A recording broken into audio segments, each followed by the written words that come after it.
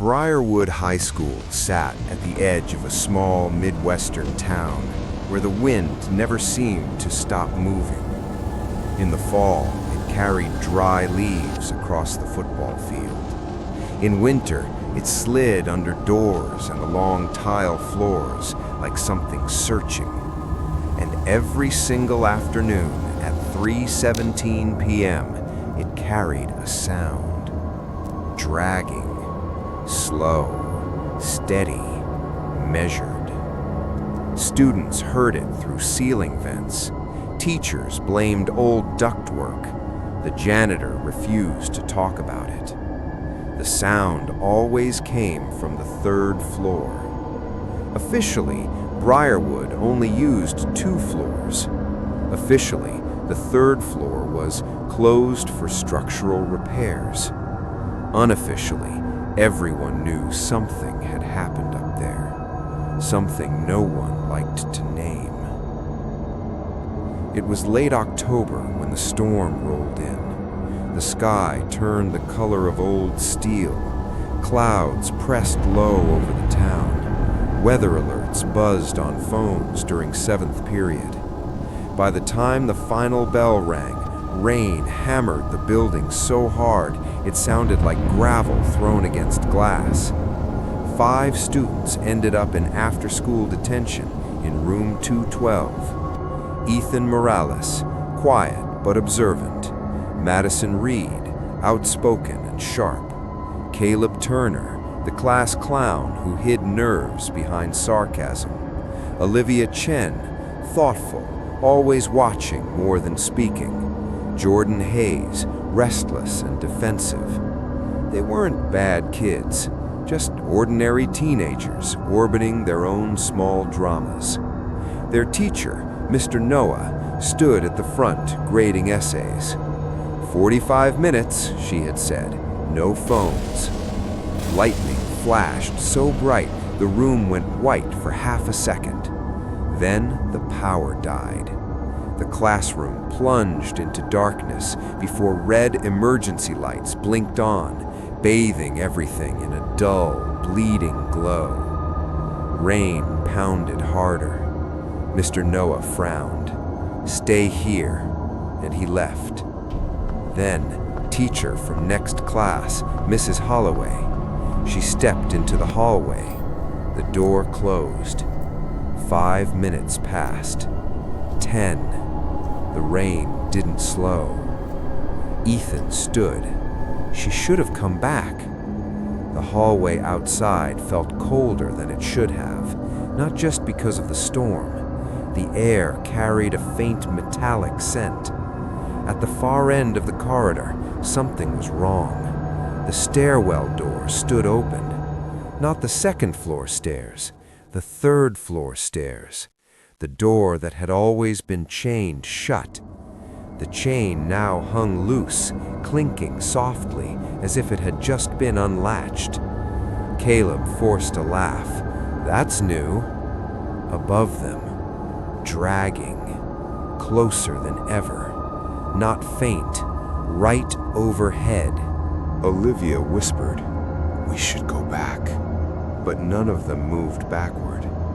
Curiosity has gravity, and it pulled them forward. The stairwell was darker than the rest of the building.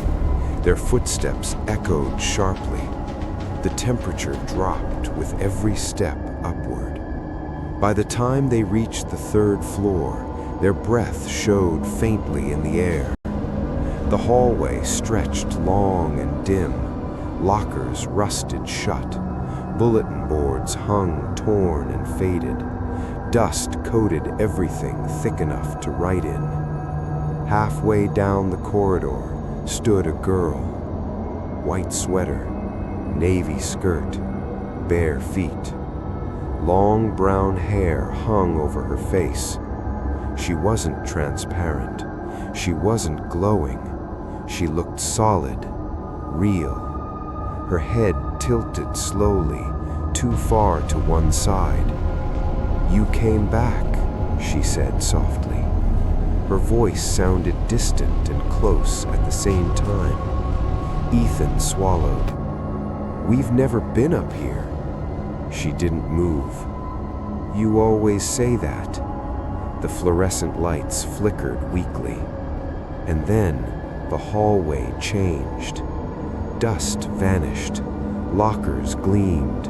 Bulletin boards brightened. The air warmed. They were no longer alone. Students moved past them as if they didn't exist. The year was different, earlier. The girl standing in the hallway looked the same, but younger, alive. Her name was Lily Harper. Lily had transferred to Briarwood in junior year. She was quiet, brilliant in chemistry. She stayed late in the third-floor science lab most days, working on independent projects.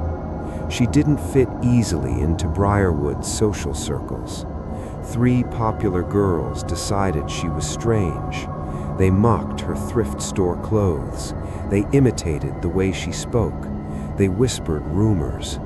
At first, it was laughter in hallways, then shoves into lockers, then notes slipped into her backpack.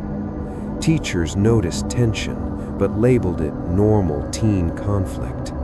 Mrs. Holloway had been younger then, new, afraid to escalate complaints without proof. Lily had tried to speak to her once. She stood outside the classroom door after school, hands shaking. "I think they locked me in the lab yesterday," Lily had said quietly. Mrs. Holloway hesitated.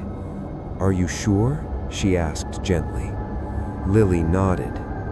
Mrs. Holloway had meant to investigate. She never did. 2 weeks later, during another October storm, the 3 girls dragged Lily into the third-floor lab. They locked the heavy door. "Stay here until you learn how to act normal." Lightning struck the building at 3:17 p.m. The wiring in the third-floor lab had been reported faulty months earlier. The surge ignited chemicals. Curtains caught. Flames spread fast. Lily screamed. She pounded the door. She clawed at the handle until her fingernails tore. Smoke swallowed her voice.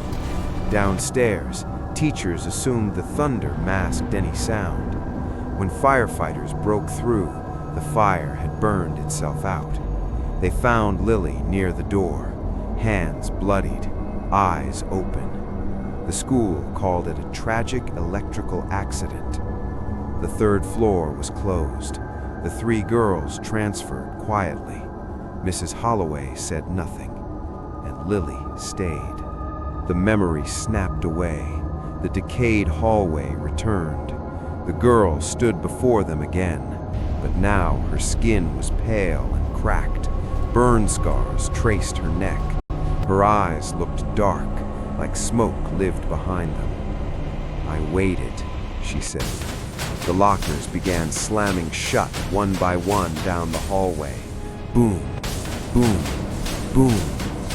I waited for someone to open the door. Madison shook her head. "We didn't know about you." Lily stepped closer. "You know enough." Suddenly, flashes filled their minds. Moments at school when someone was mocked and they looked away. Times they laughed awkwardly instead of stepping in. Small silences, ordinary but heavy when stacked together. Lily turned toward the charred lab door that now appeared behind her. From inside came scratching, fresh, desperate. Ethan moved first. He grabbed the handle. It burned his palm. He didn't let go. "Help me!" The others joined him. Together they pulled. The door burst open. Heat rolled out in a wave. Inside, the room was caught between past and present. Flames licked walls that were also crumbling with age. And in the center stood Lily, alive, coughing, terrified. "Please," she whispered. Olivia ran forward and grabbed her hands. "We're here." The fire froze mid-air. Time fractured. The older Lily stood at the doorway, watching. For the first time, her expression shifted. Not anger, grief, deep and endless. "They never heard me," she said quietly. Mrs. Holloway appeared at the end of the hallway, not as she was now, as she had been then, younger, frozen in the moment she chose hesitation. Lily turned toward her. "I asked for help." Mrs. Holloway fell to her knees. "I was scared of overreacting," she whispered. "I was scared of being wrong." Lily nodded slowly. "So was I." The flames surged toward the adults in the memory, not to kill, to make them feel. Heat pressed against skin, smoke tightened throats. The 3 former bullies appeared, older now, pulled into the memory. They gasped, terrified. "It was a joke," one cried. Lily's voice cut through the smoke. "It wasn't." The fire climbed higher around them, stopping inches from their skin. They felt the heat, the suffocation, the panic. They screamed apologies, not polished, not rehearsed, raw. Mrs. Holloway sobbed openly. "I should have opened the door." The words echoed like something breaking free. The younger Lily dissolved slowly into soft golden light. The flames dimmed, the heat faded. Older Lily's burned skin began to smooth. The cracks faded. The smoke behind her eyes thinned. "I didn't want revenge," she said softly. "I wanted to be heard." The hallway began to brighten. The decay faded. Morning sunlight filtered through windows. The 3rd floor looked ordinary, alive. The dragging sound stopped, forever. The next day, Briarwood High held an assembly. Mrs. Holloway told the truth publicly. The school corrected records. The former bullies faced legal and social consequences. The 3rd floor reopened. The old lab became a memorial science room. A plaque near the window read, "Lily Harper, beloved student, always remembered." Months later, at exactly 3:17 p.m., Olivia stood alone in the restored lab. The building felt warm, safe. "Are you at peace?" she whispered. A gentle breeze moved across the room. On the chalkboard, dust shifted faintly. 2 words formed slowly. "Door open."